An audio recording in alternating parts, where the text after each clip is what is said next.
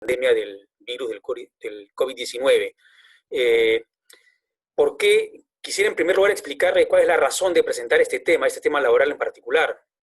No cabe duda que esta crisis nos ha afectado, nos está afectando y nos va a seguir afectando en distintos órdenes, no solo el sanitario, en el ámbito educativo, en el ámbito social, pero también en el ámbito económico. Y cuando nos referimos al ámbito económico, sin duda alguna, esta crisis está teniendo, y en el Perú en particular, a pesar de lo que inicialmente se había dicho, un impacto muy importante en el ámbito de las relaciones de trabajo. Y es por esa razón que he querido tocar este tema, porque como parte de la formación que pretendemos brindar y que ofrecemos en la maestría en Derecho de la Empresa, en este caso en modalidad semipresencial, abordamos una serie de disciplinas jurídicas que tienen que ver con el manejo de las empresas, ¿cierto? Vemos aspectos evidentemente tributarios, bancarios, societarios, laborales también. Pretendemos darles una formación integral, y parte de esa formación integral tiene que ver con la disciplina del derecho del trabajo, con aspectos laborales vinculados al día a día de las empresas. Y este es un fenómeno, como decía, que ha afectado claramente y duramente a las empresas, y obviamente no solo a las empresas, sino también a los que trabajan en ella, a los trabajadores. Esa es la razón por la cual hemos seleccionado este tema, que además va a formar parte, sin duda alguna, con mayor precisión, con mayor especificación, de los cursos de Derecho Laboral Empresarial que impartimos en la maestría. Empezamos entonces con, digamos, la clase que tengo prevista. Voy a hacer digamos, una presentación general y probablemente aterrizaré en algunos aspectos que yo considero relevantes de esta problemática, de las normas que se han ido expidiendo a lo largo de estos 3 meses y un poco más, y al final de la clase, si ustedes tienen a bien hacer alguna pregunta, con el mayor gusto la responderé. Entonces, empezamos, Abelardo, por favor. Ok, seguimos. Algunas ideas generales, ¿no? Alguna información general que seguramente la conocemos, pero creo que no está de más realizarla. En nuestro país tenemos una población de cerca de 32, poco más de 32 millones de habitantes. La población económicamente activa asciende, según las últimas estadísticas, también son cifras gruesas, a 5.378.300 millones de personas. Y en este espectro, ¿no?, los casos a la fecha, en realidad a la fecha no, al día de ayer, casos confirmados de COVID-19 son cerca de 288.000. Y los fallecidos, lamentablemente, ya bordean la cifra de las 10.000 personas, ¿no? Es un número significativo, digamos, en general, y desde una perspectiva, digamos, laboral también, porque, digamos, creo que es un número importante respecto de muchos trabajadores, ¿no?, que lamentablemente, y personas en general, que han fallecido en este lamentable contexto. Seguimos, por favor, Abelardo. Bien, ¿cuál es el impacto económico y laboral, gruesamente hablando, a partir de estas cifras que he señalado? En primer lugar, se calcula que a la fecha hay cerca de 2 millones de trabajadores que de una manera o de otra se han visto afectados como consecuencia de esta crisis sanitaria, con impacto directo en el ámbito de las relaciones laborales. Por varias razones, ¿no? Ya sea que hay muchos contratos de trabajo que han sido resueltos en periodo de prueba. Las empresas no han esperado, obviamente, que los trabajadores que estaban en periodo de prueba alcancen los 3 meses y en consecuencia adquieran la estabilidad laboral, la protección frente al despido arbitrario. Ese es un grupo importante de trabajadores. En otros casos no se están renovando, obviamente, por las mismas razones, los contratos temporales. Han habido algunos despidos, digamos, que podrían calificar como arbitrarios, pero todavía es un tema que están empezando a judicializarse. Y sobre todo, vamos a ver cifras más adelante, hay un grueso muy importante de trabajadores que están involucrados en las solicitudes de suspensión perfecta de labores que ha habilitado el Poder Ejecutivo. ¿no? Y además de otras medidas que también suponen afectación a los derechos laborales, como reducción de remuneraciones, reducción de jornada de trabajo con la consecuente reducción de la remuneración, adelanto de vacaciones, etcétera, ¿no? Entonces, cuando yo hablo de esta cifra de 2 millones, me estoy refiriendo en realidad a una afectación de diverso tipo, ¿no? Que son estas que acabo de señalar. Pero de estos, sin lugar a duda, el mayor número de trabajadores involucrados, afectados por alguna medida, es la de suspensión perfecta de labores, ¿no? Que como ustedes saben, supone que se suspende la prestación del trabajo y la consecuente prestación del empleador de retribuirla. ¿Cuáles son los principales sectores afectados? Si bien ya estamos empezando una etapa, digamos, de reactivación, pero inicialmente y todavía los principales sectores afectados son el sector de la construcción civil, el comercio, tanto por mayor y menor, la hotelería, fundamentalmente, turismo y restaurantes, ¿no? Transporte, sobre todo de carácter interprovincial y aéreo, y también el sector cultural, teatro, cine, espectáculos. De todos estos, ya ha habido, está empezando a haber una reactivación, pero en el último, digamos, escalón de esta escalera de reactivación está precisamente el sector de la cultura, teatro, cines, espectáculos masivos. Seguimos. Bien, frente a esta situación inicialmente, ¿cuáles han sido las medidas económicas adoptadas por el gobierno, ¿no? Yo señalo aquí, digamos, tres rubros, algunas medidas a favor de las empresas, otras medidas a favor de la población más vulnerable. Recordemos que en el Perú tenemos un sector informal muy grande. Las cifras no son del todo claras, dependiendo cómo se mida. Se habla de, digamos, como mínimo el 50% de la población económicamente activa y como mucho el 70%. Estas son cifras previas a la crisis. Se señala que ahora esta cifra máxima del 70% se habría incrementado, habría llegado al 80% o incluso un poco más. Y para esta población vulnerable, las medidas que se han adoptado son estos bonos familiares para hogares de pobreza extrema, equivalente a 760 soles, se está hablando de un segundo bono, esto es un promedio de $223 según el tipo de cambio actual, 3.5 aproximadamente, aunque está fluctuante el tipo de cambio, y en segundo lugar un bono para trabajadores independientes que no hayan recibido el bono familiar. Y como ustedes saben, aquí en el Perú tenemos un gran problema de establecer claramente quién es este público, esta población objetiva que debería merecer un bono o el otro, y que en algunos casos termina recibiendo personas que no requieren este bono porque o no están en una situación de extrema pobreza o inclusive recibiendo 2 veces un bono porque lo han recibido por habérseles considerado que están en esta situación de extrema pobreza y califican como trabajadores independientes, ¿no?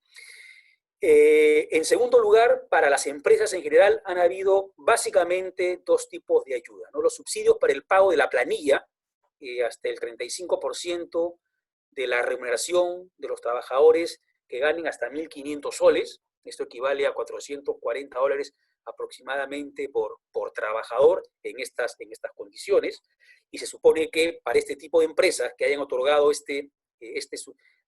mejor dicho, que hayan percibido este subsidio, no deberían acudir a medidas extremas como inicialmente, por lo menos, la suspensión perfecta de labores y mucho menos, ¿no?, la extinción definitiva de la relación de trabajo, porque son ayudas que de alguna manera procuran mantener el empleo y evitar algunos efectos adicionales para los trabajadores, como la reducción de su remuneración, por ejemplo, ¿no? Y en segundo lugar, un programa, digamos, más potente, que es el de Reactiva Perú, con préstamos de 30.000 millones de dólares garantizados por el Estado, con una tasa prácticamente cero, ¿no?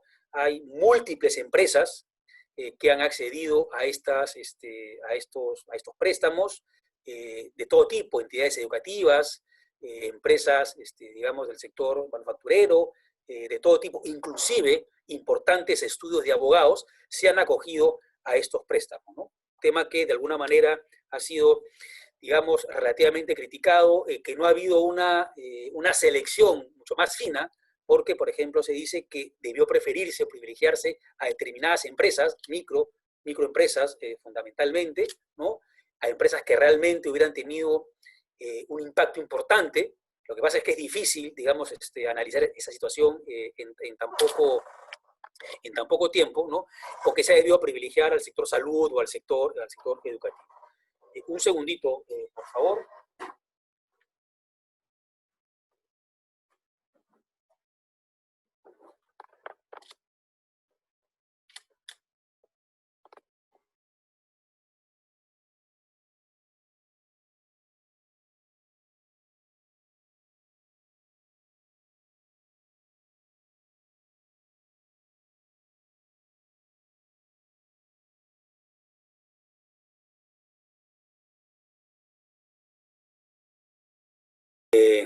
Bien, les decía que estábamos hablando de las medidas económicas que se habían adoptado respecto de la población vulnerable, por un lado, respecto de las empresas, ¿no? Y finalmente a los trabajadores, que son, creo, las medidas más discutibles que puedan haberse adoptado en este contexto, que tienen que ver con el retiro de la CTS, por un lado, y con el retiro de parte de sus fondos de pensiones. ¿Por qué señalo que son medidas discutibles o controvertidas? Porque digamos, recuerden ustedes cuál es la finalidad, o en todo caso se las menciono, la finalidad que tienen ambas instituciones. La CTS opera como una suerte de seguro de desempleo. En estricto no lo es, sino que es un ahorro, ¿cierto?, forzoso de los trabajadores de cargo del empleador, que lo que busca es que cuando se extingue la relación laboral, en tanto se recoloca ese trabajador en otra empresa, pues puede hacer uso de ese fondo, ¿cierto?, de la CTS.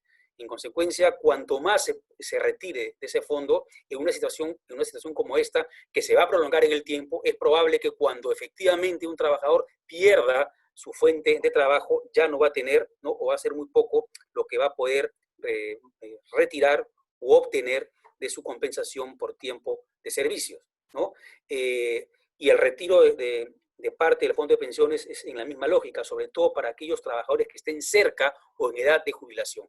Es un poco lo que, estas son medidas parecidas que se han tomado en otros países y lo que muchos han señalado que es una suerte de pan para hoy y hambre para mañana, ¿no? Porque sobre todo es dinero de los propios trabajadores, se está echando manos de ellos cuando probablemente otras fórmulas o mayores recursos debió haber dado el Estado y tratar de evitar esta situación, pero en fin, se ha optado por esto y esperemos que el tiempo desmienta lo que estamos planteando.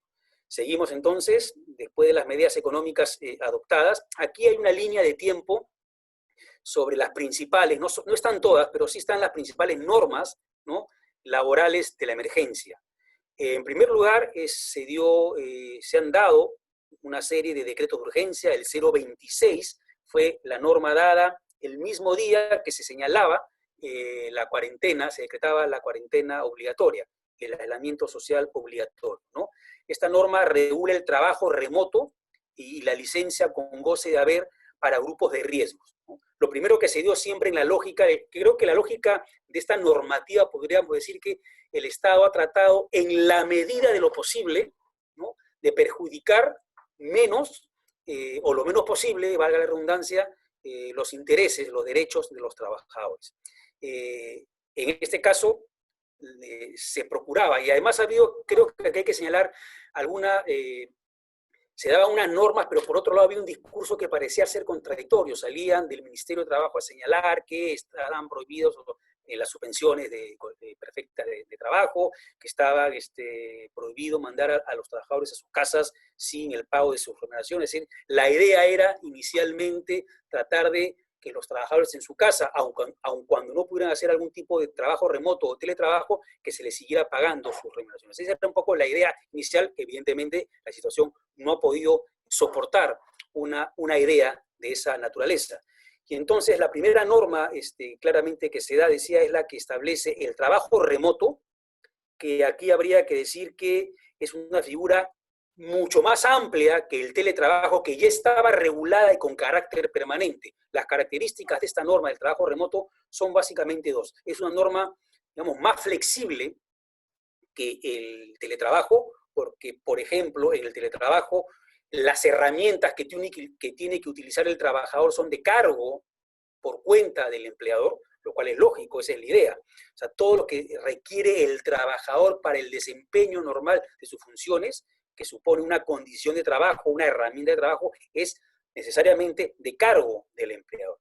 En cambio, en este caso, en el trabajo remoto se señala que no es así, que las herramientas, los instrumentos que requiera un trabajador a distancia, en principio, son de cargo del propio trabajador. O sea, se rompe esa lógica respecto de la cual es el empleador el que se hace cargo de los costos de las condiciones de trabajo, ¿no? Y además se señala que es una norma transitoria, es decir, que va a regir únicamente mientras dure la emergencia sanitaria. Una vez que esta culmine, que será dependiendo de si se prorroga o no la emergencia sanitaria, esto seguramente irá hasta fin de año, ¿no? Sin embargo, aquí yo quiero precisar que una figura como el trabajo remoto o como el teletrabajo, que ya estaba regulado, son dos figuras que van a cobrar mayor importancia, sin duda alguna, en la forma de prestar el trabajo, ¿no? Independientemente de que se levante, y ya está de alguna manera levantada la cuarentena, aunque hay mucho aislamiento social voluntario de parte de muchas personas, y la reactivación, digamos, de las empresas y de la presencia física de los trabajadores en los centros de trabajo va a tomar mucho tiempo.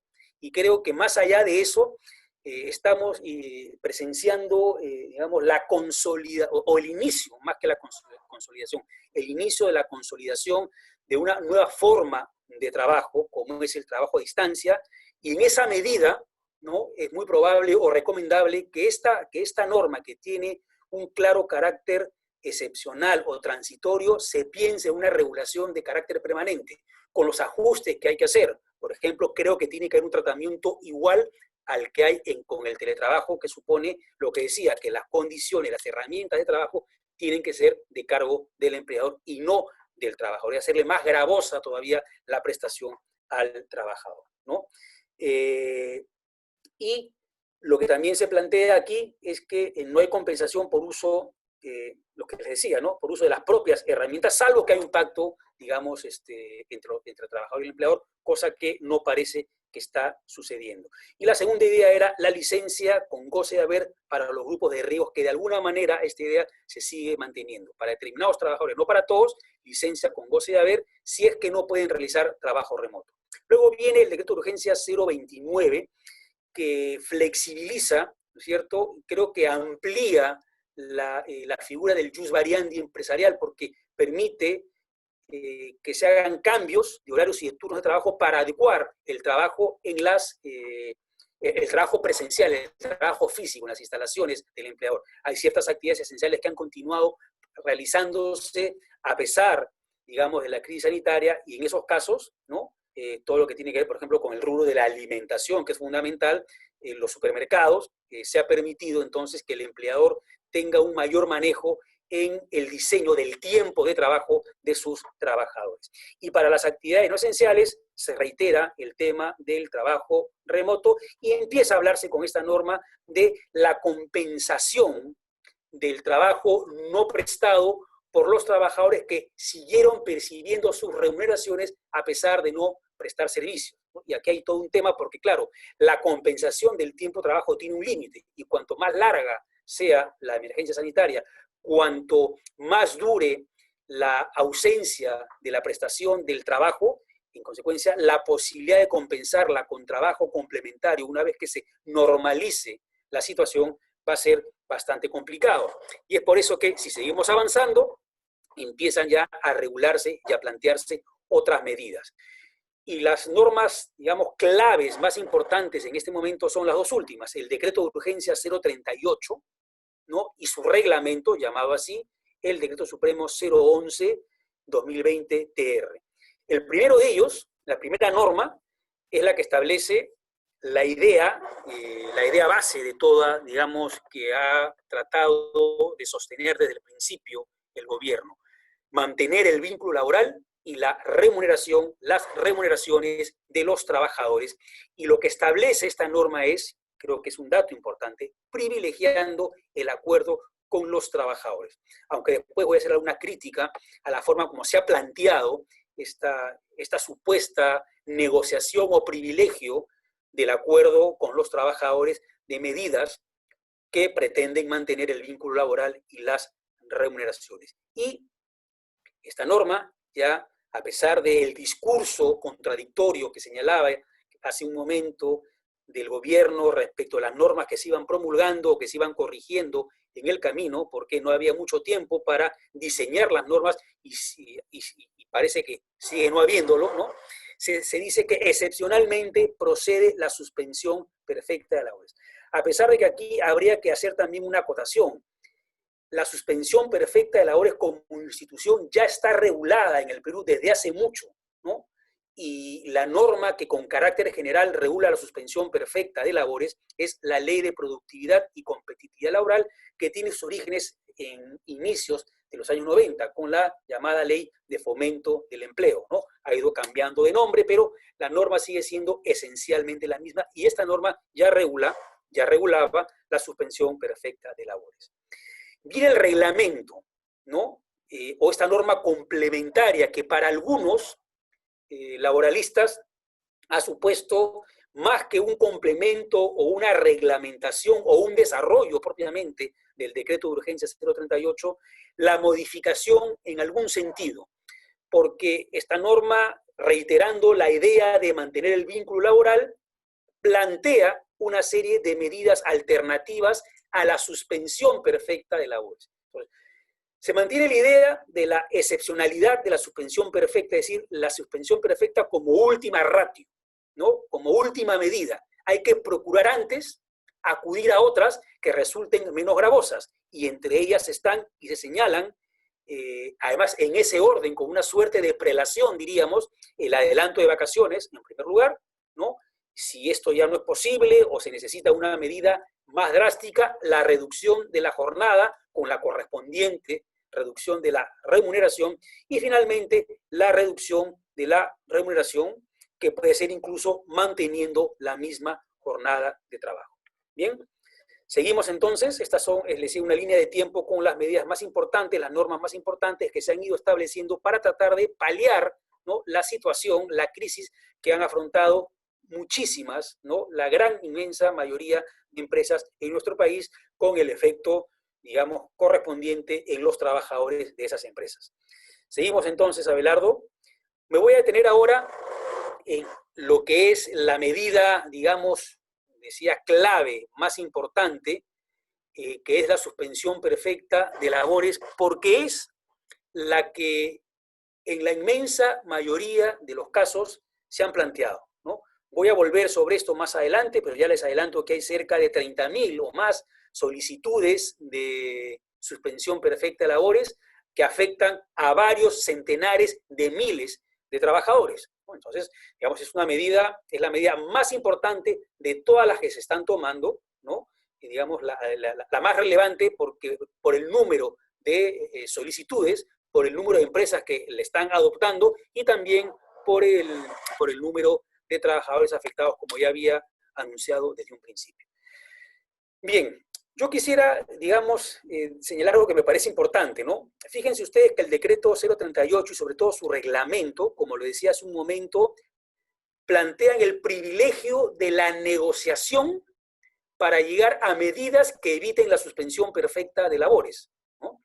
Es decir, que supongan esta ruptura temporal del sinalagma contractual, que supone que el contrato de trabajo es un contrato de prestaciones recíprocas, y las prestaciones más importantes, de un lado, la del trabajador, es prestar el servicio, y la del empleador, retribuir, remunerar ese servicio. La suspensión, entonces, perfecta, supone que ambas se dejan en stand-by durante un tiempo, ¿cuál? El que dure la suspensión autorizada, eventualmente.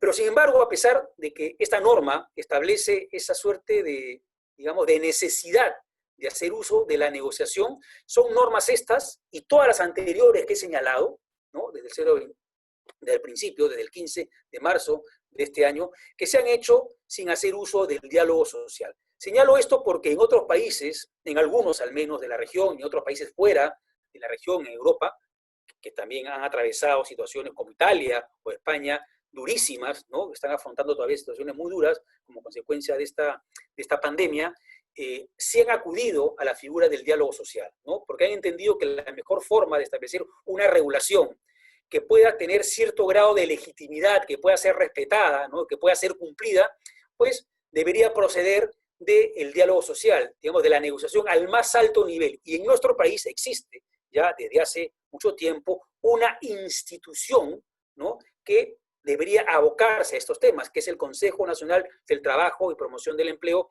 que hay que decirlo en este momento, no solo en este caso, ¿no?, sino desde hace mucho tiempo está pintado, ¿no? Hay reuniones permanentes, no se llegan a acuerdos, no hay, creo yo, desde mi punto de vista, una voluntad clara de reactivar el diálogo social a través de esta plataforma, a través de esta institución que tenemos en nuestro país y donde está representado el gobierno, las centrales sindicales y las centrales patronales. Ahora, hay que decir también algo que es cierto, esto no es algo que le tengamos que echar en cara a este gobierno, es algo que viene ya desde hace muchos años atrás. Se reactivó en la época de la transición del gobierno de Valentín Paniagua, cuando era ministro Jaime Zavala, ¿no? Tuvo unos años de actividad muy importante y de ahí decayó. En los últimos 10 años, por lo menos, o más, ha decaído de manera significativa, importante, el rol que tiene el Consejo Nacional del Trabajo, ¿no? En consecuencia, digamos, insisto, no es algo que hay que atribuir a este gobierno, pero creo que en una circunstancia como esta, para legitimar las medidas, era necesario, digamos, reactivar y apostar de una manera verdadera y decisiva porque hubiera una negociación y producto de ellas se adoptaran las medidas, ¿cierto?, que fuesen necesarias. Eso por un lado. En segundo lugar, lo que les decía, ya estaba regulada con carácter general la suspensión perfecta de labores por caso fortuito o fuerza mayor. Claro, habría que preguntarse si estamos en realidad ante un supuesto de caso fortuito o fuerza mayor, ¿no? Por dos razones. La OMS ya había señalado, me refiero a la Organización Mundial para la Salud, que esta pandemia se veía venir, ¿no? Ya se hablaba de un nuevo virus, de un nuevo coronavirus, desde hace por lo menos un par de años los científicos habían alertado de esta situación, y sin embargo, a pesar de eso, no se hizo nada o se hizo muy poco. Entonces, es imprevisible una situación como esta, que es una de las características del caso fortuito o la fuerza mayor.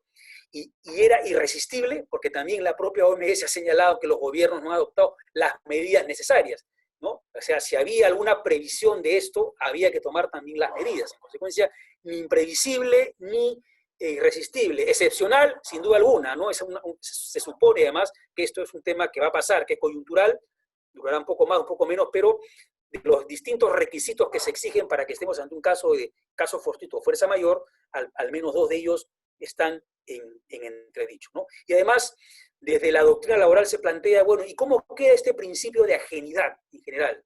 De ajenidad en la relación laboral, de la ajenidad en los frutos y en la ajenidad de los riesgos, ¿no? Que es un poco las dos caras de una misma moneda. Recuerden ustedes que por el contrato de trabajo, el fruto, ¿no es cierto?, el producto de la actividad generada por un trabajador no le pertenece, sino es de propiedad desde el inicio, ¿no? Le pertenece al empleador y por eso el empleador, ¿cierto?, da indicaciones, por eso el empleador retribuye esa prestación del servicio. Y de otro lado, se supone en consecuencia que si el propio empleador organiza su emprendimiento económico, él debe asumir los riesgos de esa actividad. No digo esto con el fin de decir que no se le debe atribuir ninguna consecuencia al trabajador como consecuencia de una medida que en realidad no la han generado ni los trabajadores ni los empleadores, sino que planteo esto, digamos, desde una perspectiva en principio doctrinal y sobre todo porque creo que si tiene que haber algún tipo de responsabilidad, probablemente la responsabilidad debería ser de mayor a menor, ¿no? Y cuando digo de mayor a menor, es decir, en principio es el gobierno el que tiene que asumir las mayores responsabilidades, está haciendo la pregunta, sus esfuerzos necesarios, está tomando las medidas adecuadas, está inyectando todo el dinero que se puede a la economía. Es un tema que habría que en todo caso ponerlo sobre la mesa, pero creo que es el principal responsable en la generación de las soluciones a una medida como la que estamos viviendo. En segundo lugar, a los empleadores y sobre todo, digamos, apelar a una suerte de solidaridad respecto a aquellos empleadores que no, digamos, hay distintos grados de crisis. Hay la micro y pequeña empresa es la que más está sufriendo. La mediana y gran empresa puede tener mayores espaldas financieras y probablemente pudiera tener un comportamiento, digamos, diferente, ¿no? En una situación como esta. Y finalmente, si en esos grados, en esa gradación de responsabilidad, el sector más vulnerable, sin duda alguna, son los trabajadores. Entonces, creo que es un elemento también a considerar al momento de adoptar la regulación que se ha dado y la que se viene en el futuro, ¿no? Digo la que se viene en el futuro porque, por ejemplo, si bien no ha habido diálogo social, ya ha habido un proyecto, ya desde el inicio, y probablemente se vaya a retomar de parte de la CONFIEP, de la central más importante de empleadores de nuestro país, de flexibilizar, ¿no? La legislación laboral. Me pregunto si hay que aprovechar una situación como esta, esto para debatir un tema como la flexibilidad laboral, ¿no? No sé si es la coyuntura o el espacio adecuado, no significa que no pueda haberlo, que no pueda discutirse, pero creo que hay que darlo todo en el contexto debido o adecuado, o en su oportunidad, en todo caso. Y finalmente, decía, respecto a esta norma de la suspensión perfecta, tener en claro, reiterar que hay que tratar de adoptar otras medidas menos gravosas que permitan no interrumpir las labores de manera perfecta. Seguimos ahondando ya en la figura de la suspensión perfecta de labores. Abelardo. Bien, hay dos temas que creo que son importantes relevar en la normativa que estamos analizando en este momento, que son básicamente el decreto reglamentario, el decreto supremo 011-2020, ¿no? Aunque esto ya venía del decreto de urgencia 038. Digo porque hay que evaluar si realmente cuál era la verdadera finalidad de estas normas. Se señala que la suspensión perfecta es una medida de última ratio, ¿no? Se señala, en consecuencia, que previamente hay que procurar adoptar medidas menos gravosas, como el adelanto de vacaciones, como la reducción de la jornada, como la reducción de la remuneración. Sin embargo, en el procedimiento, ya para, si es que no es posible adoptar medidas menos gravosas, sino que hay que acudir necesariamente, dependiendo de las circunstancias de cada empresa, a la suspensión perfecta de labores, se señala que en este procedimiento va a funcionar lo que se conoce como el silencio administrativo positivo, ¿no? Entonces, la pregunta es, ¿para qué establecer una serie de requisitos, el tener que acreditar la situación económica de una empresa que justifique, que habilite una suspensión perfecta de labores, ¿no? Si es que transcurrido un plazo que es más o menos perentorio, opera el silencio administrativo positivo, que significa que se tiene por autorizada, ¿no?, fictamente, la suspensión de labores solicitada por una empresa por el empleador. Y señalo esto porque en realidad en una circunstancia como esta, donde la autorización, cuando se justifique plenamente, creo que no tendría por qué haber cuestionamiento, pero para que se justifique plenamente tiene que acreditarse una situación determinada. Y si no se acredita fácticamente, y va a ser muy difícil que se acredite, seguramente por el número de solicitudes y por el escaso personal que está a disposición de la Autoridad de Trabajo y de la SUNAFIL para verificar esta situación, entonces va a operar, sin duda alguna, el silencio administrativo positivo. Es decir, se van a entender por autorizadas estas solicitudes. Y me pregunto si no estamos ante una suerte de, digamos, de conflicto, ¿no?, o de un procedimiento donde se inicia de una parte y se puede ver afectada la contraparte, en este caso laboral, y si no tendría que haber una suerte de intervención lo más neutral y técnica posible de parte de la autoridad, ¿no? Es decir, que efectivamente que cumpla con su rol fiscalizador y verificador de la situación que se le está planteando. Porque si opera el silencio administrativo, entonces positivo, esa verificación técnica neutral no se va a dar y supone de antemano inclinar la balanza a una de las partes de esa relación. Insisto, no es que no se pueda autorizar las suspensiones, sino que creo que una situación como esta, de extrema, digamos, realmente excepcional, y donde los intereses, no solo a la empresa, sino también de los trabajadores, se van a ver afectados, creo que tendría que haber una intervención lo más equitativa posible, y la inclusión de una figura como el silencio administrativo positivo, muy cuestionada, ¿no?, en general, no en el ámbito administrativo cuando es el Estado el que actúa frente al administrado. Aquí estamos hablando que es el rol del Estado dirimente ante un conflicto que supone la suspensión perfecta de labores. Son dos sujetos las que finalmente se ven sometidos a la decisión de un tercero, y eso supone una, digamos, una decisión en todo orden neutral, equitativa. ¿Ok? Respecto de un segundo tema, privilegiar, ya lo había adelantado, el acuerdo con los trabajadores. Claro, entonces aquí hay un segundo cuestionamiento. ¿Realmente hay que privilegiar el acuerdo con los trabajadores? Porque se señala eso, pero sin embargo, la norma, el 011, no establece ningún procedimiento de negociación a fin de explorar realmente medidas menos gravosas que la suspensión perfecta, ¿no? Entonces, creo que lo lógico era habilitar un procedimiento ad hoc en el que las partes realmente pudieran sentarse a negociar y en la medida de lo posible llegar a un entendimiento. Sobre esto volvemos en un momento. Seguimos, por favor, Abelardo. Ok, decía que seguíamos entonces. En efecto, el 011 establece dos obligaciones concretas en esta lógica de privilegiar el acuerdo. En primer lugar, un deber u obligación de información y en segundo lugar, un deber u obligación de negociación. Pero creo que ambos deberes han sido consagrados, lo adelantaba hace un momento, de manera incompleta y poco precisa. Entonces, reitero la pregunta, o digamos, la reitero con una afirmación, que no pareciera haber una intención verdadera de llevarlos a la práctica, ¿no? Porque no se señala, por ejemplo, qué cosa tiene que informar el empleador a los trabajadores a efecto de llegar a un acuerdo sobre reducción de remuneraciones, de llegar a un acuerdo sobre reducción de jornada o alguna medida, digamos, distinta a la suspensión. No se señala nada. Informar sí, pero es casi como una suerte de obligación del empleador y de derecho de los trabajadores, ¿no? Cuando hay una obligación de informar, la otra cara de la moneda es el derecho correspondiente de la parte trabajadora, es una obligación o un derecho vacío de contenido, porque no se señala qué tipo de información. Supongo yo, y así lo he planteado en otros foros, que debería ser como mínimo la información que el empleador tiene que brindar a la autoridad de trabajo si es que finalmente decide plantear la suspensión perfecta de labores. Y seguimos, ahora en este caso, Abelardo, sobre...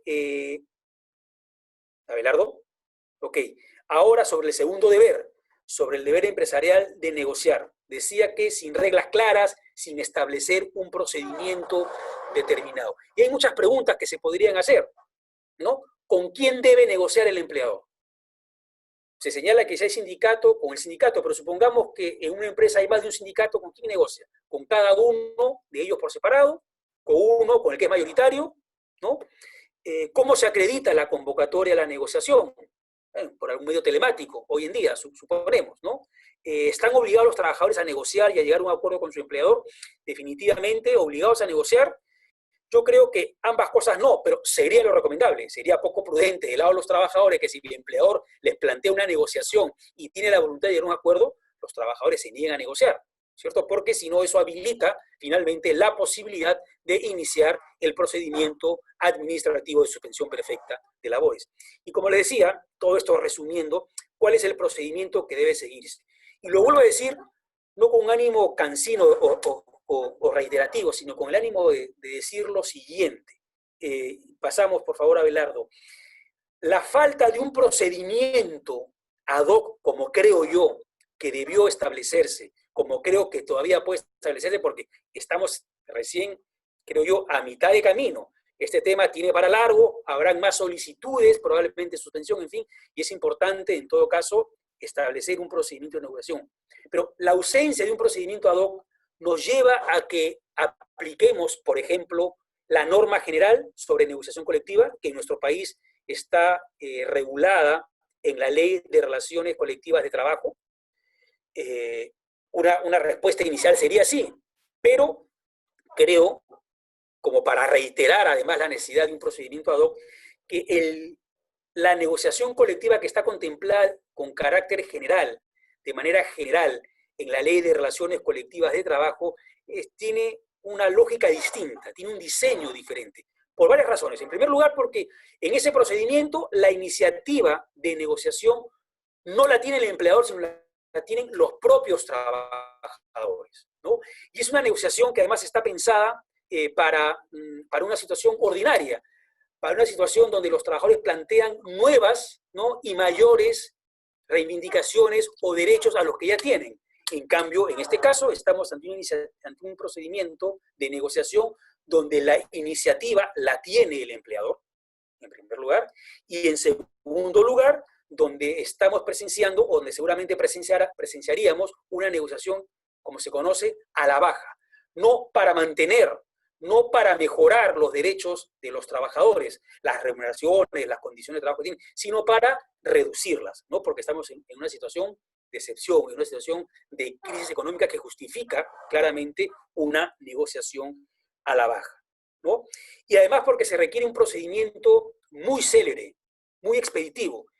La ley de relaciones colectivas de trabajo no tiene etapas preclusivas, no tiene un tiempo de duración de la negociación, y eso, digamos, es absolutamente claro, porque depende de la voluntad de las partes, cuánto quieren que dure una negociación ordinaria. Puede durar 3 meses, 4, 5, a veces dura mucho más, un año, a veces queda abierta la negociación, el conflicto queda abierta.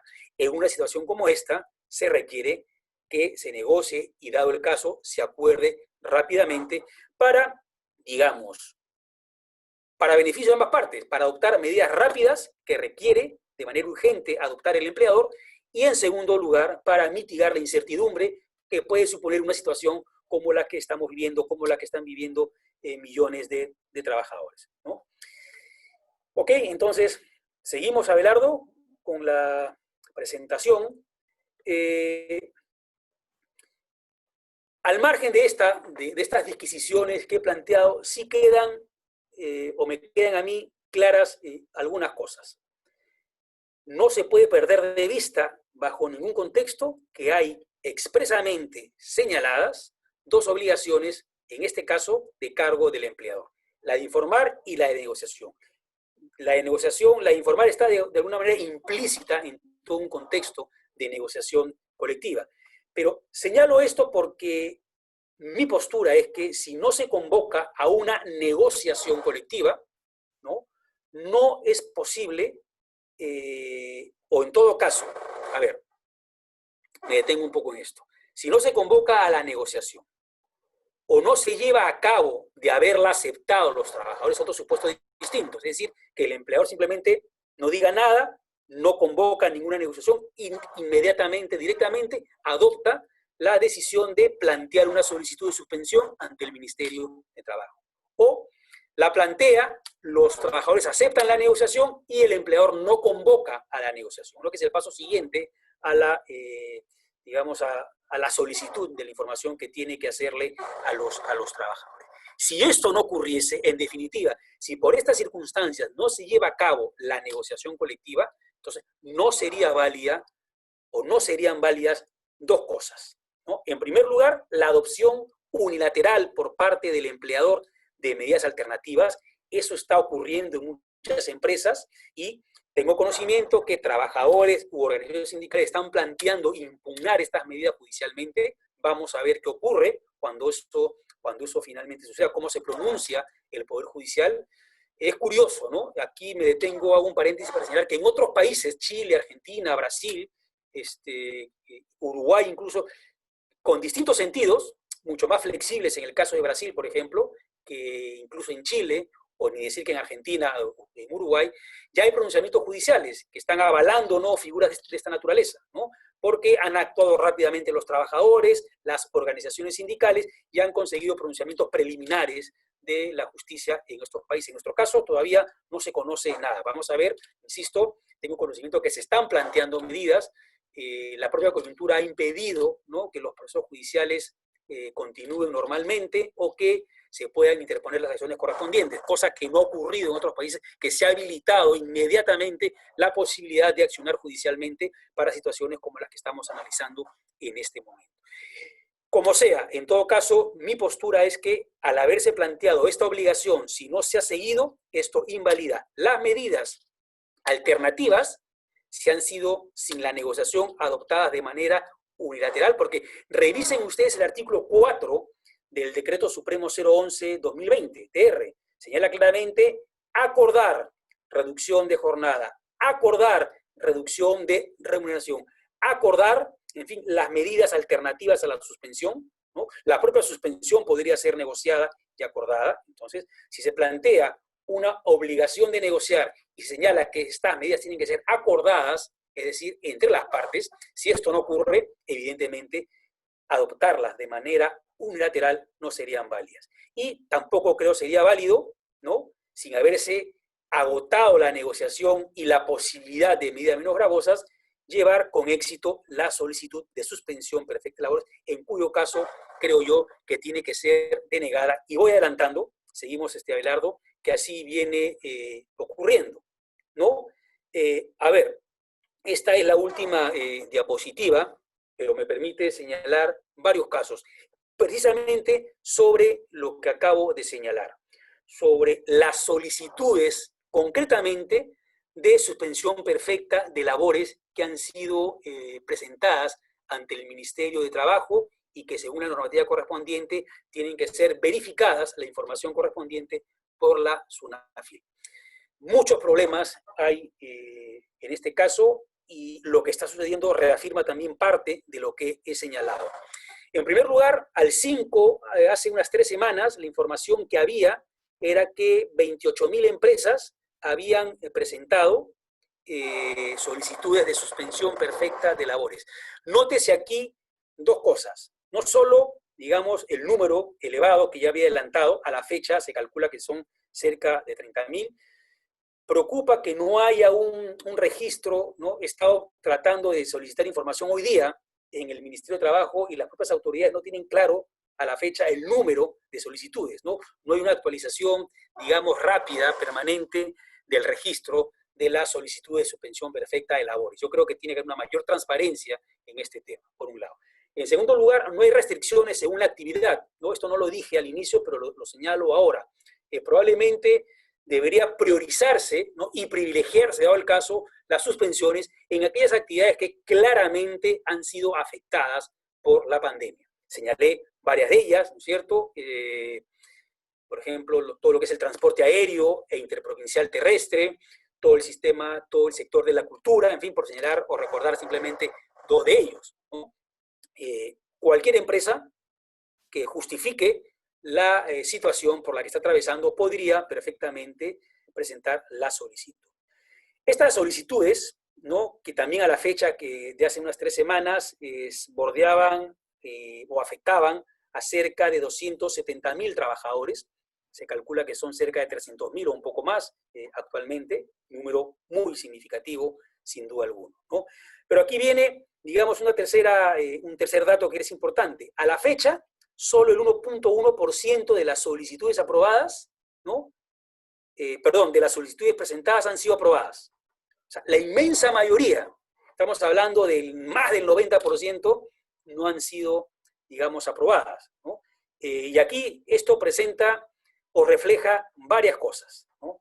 Y vuelvo sobre esto para señalar una cuestión más sobre los registros. No solo no está actualizado el registro de suspensiones perfectas de labores, sino tampoco hay un registro de negociaciones colectivas realizadas, ¿no? Esto, digamos, abona en la idea de que parece no haber una voluntad real, ¿no? Parece no haber una voluntad real, pero las consecuencias son importantes. No hay una voluntad real de parte del Estado, del Ejecutivo, de que haya una negociación para adoptar medidas alternativas a la suspensión perfecta o adoptar la propia suspensión perfecta de labores, ¿no? Y digo porque no hay una voluntad real, porque no se estableció el procedimiento, como ya señalé, no hay un registro de negociación, no queda claro si se han llevado a cabo o no las negociaciones. Habrá en todo caso que revisar expediente por expediente, ¿no? Y en efecto, ¿qué está sucediendo? Varias cosas. Primero, ¿por qué hay un número tan bajo de solicitudes aprobadas? Porque hasta antes de la crisis sanitaria, hasta antes de esta pandemia y su impacto en la economía y en las relaciones laborales, había un promedio de 50 solicitudes de suspensión perfecta de labores al año. Al año, 50. Estamos hablando ahora de cerca de 30.000 solicitudes en 3 meses, ¿no? O sea, fíjense ustedes la magnitud de la diferencia entre un caso ordinario y un caso normal. Y evidentemente el número de inspectores, el personal de la autoridad de trabajo sigue siendo el mismo. Entonces, es bien difícil, ¿no?, señalar que con seriedad, que con rigor se van a evaluar las solicitudes de suspensión. Por eso tal vez que se haya establecido este procedimiento o esta institución, ¿no?, del silencio administrativo positivo, porque ante esta situación que creo que ha sido mayor de la previsible, no se esperaba tal impacto, ¿no? Ya se veía que era poco probable que se dieran abasto para poder verificar lo que tiene que verificarse. Entonces, claro, la solución más fácil es la de el silencio positivo afirmativo, ¿no? Pero a pesar de eso, por otro lado, tampoco se está operando el silencio administrativo positivo. Están empezando de a poco, muy lentamente, ¿no?, respondiendo a estas solicitudes, aprobando algunas, pero desaprobando la mayor parte o todavía no entrando a verificar el grueso número de solicitudes presentadas. Y esto puede tener un impacto fulminante, digamos, para uno u otro lado. Para las empresas, porque si se sigue demorando la aprobación de una solicitud o denegándola, ¿no?, si pasan, cuanto mayor sea el tiempo que pase para emitir una solución, una decisión, sea expresa o sea ficta, a través del silencio positivo administrativo, ¿no? Pero supongamos que no opere porque se está procurando que no opere, por toda la crítica que he recibido, sino que finalmente haya una decisión expresa, cuanto mayor tiempo pase, si esa decisión termina siendo desaprobatoria y los índices y los porcentajes apuntan a que eso puede ir por ese camino, entonces recuerden ustedes que las consecuencias de la desaprobación es que el empleador tiene que pagar el íntegro de las remuneraciones dejadas de abonar a sus trabajadores por ese periodo.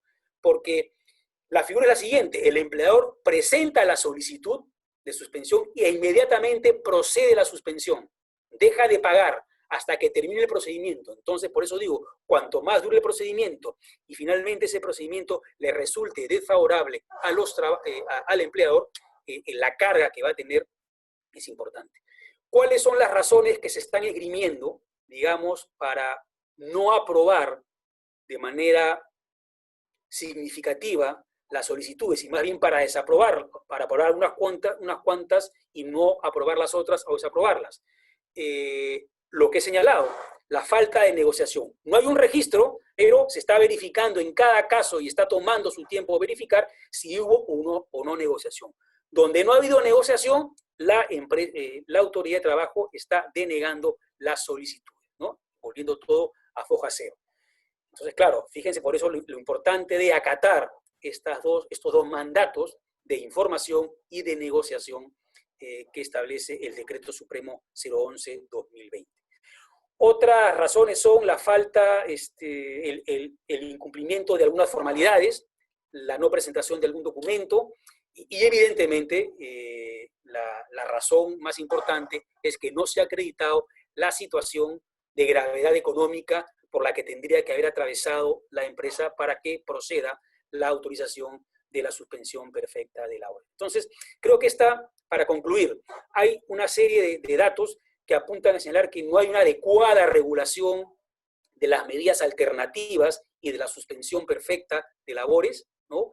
Creo que era preferible una mayor predictibilidad para las empresas de las medidas que podían tomar, y parte de eso era establecer un procedimiento claro de negociación. Ante la ausencia de un procedimiento claro de negociación, las empresas han entendido que esto era un saludo a la bandera, que no era necesario, que no era realmente obligatorio negociar, pero vean ahora que se están empezando a denegar solicitudes por no haber negociado o por no haber informado oportunamente a los trabajadores. Entonces, es importante, ¿sí?, la regulación, una buena regulación, que a los sujetos que se van a ver afectados por esa regulación les quede claro cuáles son sus derechos, cuáles son sus obligaciones, sino las consecuencias en una coyuntura como esta pueden ser sumamente perjudiciales para cualquiera de las dos partes de la relación laboral, empleador y trabajadores. Y por último, y ahora sí para cerrar, seguimos, Abelardo, con la última diapositiva, me parece, sobre la reactivación de actividades, algunas ideas muy generales. Ya estamos, evidentemente, en el proceso de esta llamada reactivación escalonada, ¿no?, de varias etapas, que además están acelerando la gravedad de la crisis económica, está haciendo que, en fin, vamos a ver si esto está bien o está mal, las consecuencias de esa aceleración, ¿no? Habían 4 fases y la fase 4 se ha adelantado en algunos casos, ¿no? Se ha flexibilizado los requerimientos para la reactivación de algunas empresas, para la reanudación de sus actividades presenciales. Entonces esto espero que no nos pase factura, pero en fin, la coyuntura está haciendo que el gobierno actúe de esa manera. Esperamos, insisto, que no sea precipitada. Primero. Lo segundo es que en lo que a las perspectivas de la política laboral o al derecho del trabajo en particular se refiere, me interesa relevar 2 o 3 cosas. Lo primero es que vamos a presenciar nuevas formas de trabajo o la consolidación de algunas formas de trabajo que tenían un carácter residual, ¿no? Ya se venía con fuerza toda esta prestación de servicios a través de plataformas, ¿no? Estos servicios de delivery a través de plataformas digitales, que se ha incrementado con la coyuntura y que se va a incrementar. Esto ya genera un problema en sí mismo porque a la fecha, por lo menos en nuestro país, a diferencia de lo que ocurre en muchos países de la región y fuera, ¿no? En países europeos fundamentalmente, o en el norte de América, o en algunos países asiáticos, no hay una regulación, ¿no? De la prestación de esta forma de servicios. Una regulación que pueda señalar que estamos ante un trabajo subordinado, ante contratos de trabajo, o ante trabajos autónomos económicamente dependientes, que es una figura, digamos, no laboral, pero con reconocimiento de cierta protección social, ¿no? Que creo que es lo mínimo que debería haber. No tenemos una regulación, más allá de algún discurso que se ha dado, proyectos de ley en el Congreso, pero creo que sería importante regular una situación que ya viene de atrás y que se va a posicionar en el mercado de trabajo y que merece, creo yo, más allá de la discusión de si es laboral o no, en algunos casos seguramente lo será, en algunos casos se encubrirá relaciones laborales, en otros casos será trabajo autónomo, ¿no? Pero aún siendo trabajo autónomo, algún tipo de protección social tiene que haber, algunas medidas, ¿no? Muchas personas, son personas que trabajan de manera con horarios muy largos, están permanentemente a disposición de estas plataformas, ¿no? Con mucha inseguridad, no hay seguros, seguros médicos, de accidentes de trabajo, se plantea el tema del seguro de vida, pero es una cuestión muy reducida. O sea, estamos planteando que finalmente se muera el que hace el delivery para que alguien cobre ese seguro. ¿Y qué pasa si se accidenta, si se enferma? ¿Qué pasa con los riesgos ergonómicos que hay en una actividad como esta? El peso que se puede, digamos, transportar, ¿no? Las condiciones en las que tiene que estar el vehículo, ya sea motorizado o no, que utiliza las personas que realizan este tipo de actividades. Entonces, ahí hay una tarea importante de regular esta situación, que es no olvidemos que es una prestación personal, es un trabajo personal, no es cualquier tipo de actividad, entonces es un trabajo personal que, según nuestra legislación, se presume es subordinado, y hay que acreditar lo contrario, ¿no? Cuando estos casos empiecen a llegar al Poder Judicial, que tampoco, no sé por qué nos demoramos tanto, otros países actúan mucho más rápido, cuando empiecen los pronunciamientos del Poder Judicial, lo primero que hay que descartar, la parte demandada, es que tiene que romper la presunción de laboralidad expresamente establecida en la Ley Procesal de Trabajo y acreditar que no estamos ante una relación laboral, sino ante una relación autónoma, ¿cierto?, de carácter civil o comercial. En fin, por eso insisto que hay un tema que creo que merece una regulación para dar un tratamiento adecuado. En segundo lugar, respecto a los trabajadores de riesgo, aquí sigue habiendo un problema. En principio, la idea es que sigan realizando trabajo remoto cuando se pueda, pero hay actividades, no todo se puede realizar a través de trabajo remoto, trabajo a distancia o teletrabajo. En esos casos, estas personas que están en una situación de riesgo por la edad, digamos por las enfermedades que padecen, por determinadas situaciones, están requiriendo, ¿cierto? Si sus compañeros de trabajo están volviendo a sus centros laborales, ellos también quieren hacerlo. ¿Qué es lo que ha planteado? Finalmente aquí ha habido también una vez más una regulación muy apresurada y ha habido marchas y contramarchas, ¿no? Se les ha prohibido reintegrarse al centro de trabajo y habría que preguntarse aquí, en principio, si esto supone una afectación de la libertad de trabajo, del derecho al trabajo, de ambos, en todo caso, de este tipo de trabajadores, ¿no? Después lo que se vio cuando se cuestionó esta medida, muchas empresas decían no podemos tenerlo con licencias, pagadas, no podemos darle trabajo remoto, en consecuencia, bueno, si se puede, queremos que vuelvan a trabajar, ¿no? Y entonces, aquí la segunda medida que se dio fue, bueno, ok, pero bajo responsabilidad del trabajador, que hay una declaración jurada que está en situaciones óptimas para volver a trabajar. Es decir, dejar en manos de la persona, del trabajador, una responsabilidad semejante, no parece, digamos, una regulación adecuada que proteja, ¿no es cierto?, la dignidad de la persona, el riesgo de su salud. Es algo que le compete al Estado claramente regular, ¿no? Y finalmente, creo que ya una medida mucho más prudente fue la de exigir la constancia médica. Cosas que no se están dando porque tengo información de primera mano que en muchas empresas está bastando la declaración jurada, ¿no? En todo caso, es un riesgo del empleador, y con esto voy terminando, que tiene que ver, entre otras cosas, con los protocolos sanitarios que tienen que haber en las distintas empresas. Hay protocolos dependiendo más, digamos, más exigentes o menos exigentes, dependiendo del sector económico, de la actividad económica en la que está inserta una empresa concreta. Pero en todo caso, quiero señalar aquí que hay dos cosas. Esto supone una doble responsabilidad del empleador y de los trabajadores. En primer lugar, del empleador de adoptar las medidas correspondientes. Y en segundo lugar, de verificar que se cumplan, ¿no?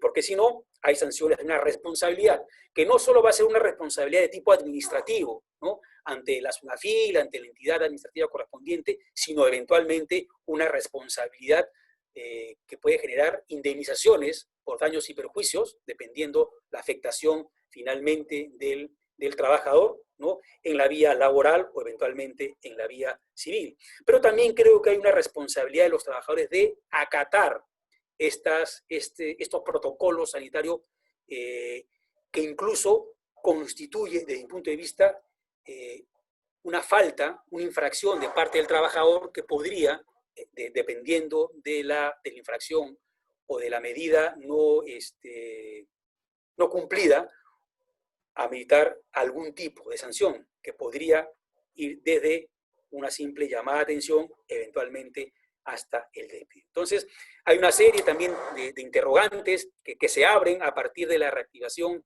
económica, del levantamiento del aislamiento social obligatorio, tanto para aquellos trabajadores que van a volver paulatinamente a su centro de labores, como para aquellos que van a continuar en sus casas haciendo trabajo remoto o teletrabajo, que tiene también, creo, su propia problemática. Bien, he querido darles un panorama general de la situación, del impacto económico, las instituciones laborales que se han visto afectadas, algunas críticas, ¿no?, algunas regulaciones que se han dado, cómo se está resolviendo, sobre todo el tema de las suspensiones imperfectas de labores, pero dejar una serie de interrogantes que finalmente creo van a tener que ser resueltas por el Poder Judicial cuando ya esté empezando a operar, se activen estas demandas por múltiples situaciones que se están presentando en el trabajo remoto, en el teletrabajo, incumplimiento de protocolos sanitarios, las medidas que se han adoptado de manera unilateral, ¿no?, y no bajo negociación, en fin, porque recuerden ustedes que finalmente, aun cuando se apruebe o desapruebe por parte de la autoridad administrativa de trabajo una suspensión perfecta, siempre procede la impugnación judicial de la medida de parte de los trabajadores afectados o del empresario afectado ante el Poder Judicial, y ahí será en definitiva donde se resuelvan todas estas interrogantes, estos cuestionamientos que yo he querido compartir con ustedes. Muchas gracias. Y Muchas quedo a su gracias, disposición. Guillermo. ¿Tienen alguna pregunta que quieran hacer? Sí, de hecho tengo ya algunas consultas que han ido llegando al chat, te voy a trasladar algunas. Mirta Soledad Cruz nos consulta, en caso de querer reducir el sueldo de los trabajadores de una empresa, ¿debe también invitarse a la negociación? ¿Debe acreditarse? ¿No sería suficiente con el convenio o acuerdo de partes? Ya, ok. A ver, interesante pregunta, porque creo que es la pregunta que se han planteado muchos empresarios y muchos trabajadores. Aplicar, si no estuviéramos en una circunstancia como esta, a ver, vuelvo de cero. Me parece que cuando hablamos de acuerdo, todo acuerdo desde mi punto de vista implica algún tipo de negociación previa. Es verdad que en la práctica muchos trabajadores reciben un documento en el que le dice, bueno, estas son las condiciones de este acuerdo, entre comillas, y por favor firme usted en señal de conformidad, ¿no? Eso en la práctica ocurre, pero digamos, en rigor, en estricto rigor, todo acuerdo supone una negociación previa. Y en este caso en particular, es decir, la situación que ha sido regulada, esta situación de excepcionalidad regulada por el decreto de urgencia 011-2020-TR, expresamente establece que las medidas alternativas, y la señala en el artículo 4.1 de la ley, requiere de la información previa y de la negociación. Es decir, la iniciativa de la medida la tiene el empleador. Si esa medida, la iniciativa es reducción de remuneraciones, tiene que indicarle al sindicato cuando haya, o al trabajador cuando no haya representantes sindicales o representantes ad hoc elegidos para esta circunstancia, que la medida que piensa adoptar es la reducción de una remuneración por tales circunstancias, justificando la medida que va a adoptar y finalmente, después de esa negociación, llegar a un acuerdo. Entonces, creo que la respuesta definitivamente es sí. No es suficientemente, no es suficiente. Claro, el acuerdo, digamos, podría decirse, bueno, aquí está el acuerdo, ¿de qué negociación hablamos? O como usted señala, este acuerdo lleva implícita una negociación. Pero ojo, una negociación en los términos planteados por el Decreto Supremo 011. Información, ¿no? Negociación. Porque mañana más tarde ese trabajador podría impugnar ese acuerdo señalando, yo me vi presionado, ¿no? Se ha viciado mi voluntad. Y una prueba clara de ese vicio de la voluntad es que no se me ha informado debidamente, no hemos tenido una negociación, se me convocó de manera individual cuando había un sindicato, yo estoy afiliado a ese sindicato, en consecuencia, digamos, el acuerdo es un paso, es un elemento probatorio importante para el empleador, pero creo que no es suficiente si ese acuerdo finalmente es impugnado y no logra acreditar la información y las negociaciones previas. Gracias, Guillermo. Tengo una consulta de Rafael Delgado Castro, que nos indica: ¿la resolución de no aprobación de suspensión perfecta es apelable? De ser así, ¿el trabajador debe esperar hasta que termine el procedimiento administrativo y o judicial, o solo la primera resolución basta para reclamar el pago que no se le ejecutó? Finalmente, ¿cómo los trabajadores pueden verificar estas resoluciones? Ok, a ver, bueno, en líneas generales sí, es apelable en sede administrativa y después judicialmente, ¿no? O sea, después se puede impugnar judicialmente a través del proceso contencioso administrativo correspondiente, ¿no? Lo que sucede es que una vez que en sede administrativa quede firme la resolución apelada y firme la resolución de denegatoria, es decir, en ese momento el empleador tiene que pagar las remuneraciones que dejó de pagar, ¿no? Y bueno, y después podrá impugnar judicialmente y tendrá en todo caso que conseguir una medida cautelar, y si no la consigue, bueno, tendrá que esperar hasta la finalización del proceso judicial y continuar pagando, ¿no? Esas remuneraciones, ¿de acuerdo? ¿Cómo se verifica esto? Hay un portal del Ministerio de Trabajo que lamentablemente no está actualizado, donde se cuelgan estas resoluciones, pero ahí es la vía en la que uno puede verificar la resolución y el contenido de la misma.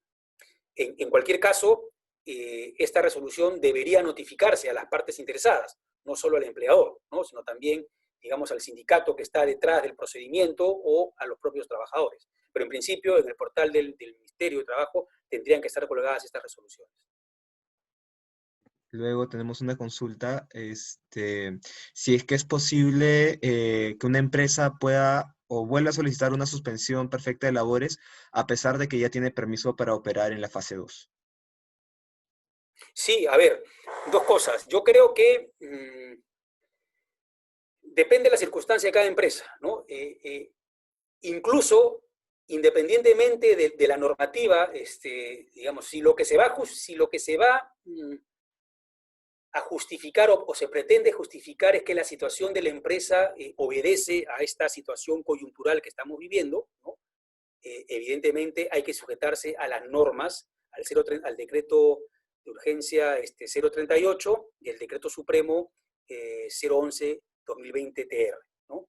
Y entonces, yo decía que no había restricción de ningún tipo para ningún sector, ¿no? Para ningún tipo de empresa.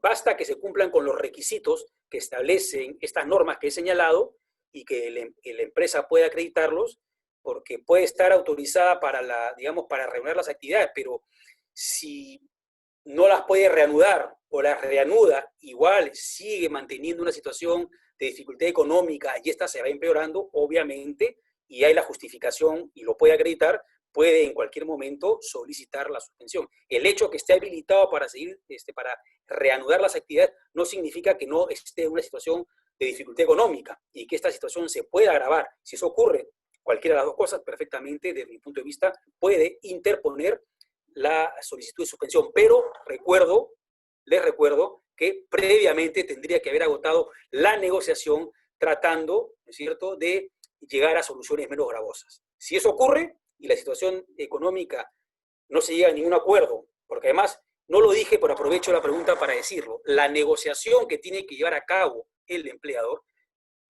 bajo la premisa de privilegiar el acuerdo, significa recoger en estas normas lo que se conoce en materia de negociación colectiva como el principio de negociación de buena fe, es decir, ir a negociar no para llegar a un entendimiento, sino para tratar de llegar a un entendimiento. Pueda que este nunca ocurra, pueda que nunca haya acuerdo, pero lo que sí tiene que, o lo que sí se le puede exigir a las partes es que haga un esfuerzo real y sincero por tratar de llegar a un entendimiento.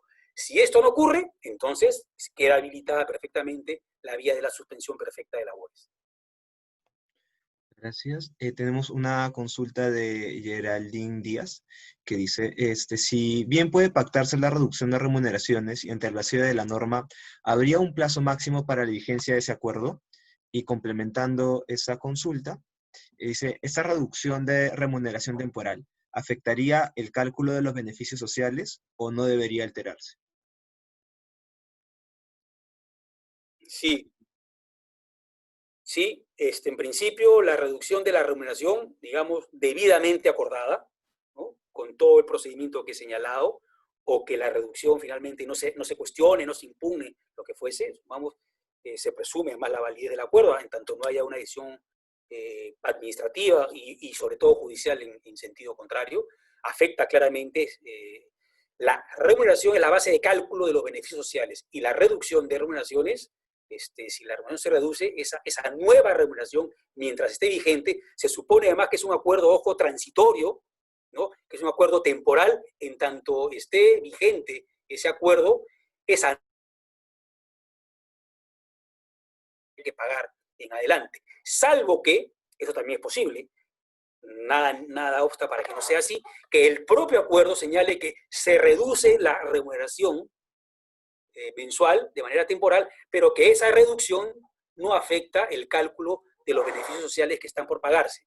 La próxima CTS, la próxima gratificación, lo que ocurra. Pero tiene que decirse expresamente. Si no se señala, sí afecta el cálculo de estos beneficios sociales.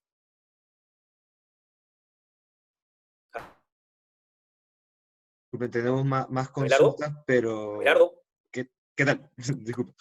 Que no, les mencionaba que teníamos de hecho más consultas, pero lamentablemente ya estamos llegando a un límite del tiempo. Entonces,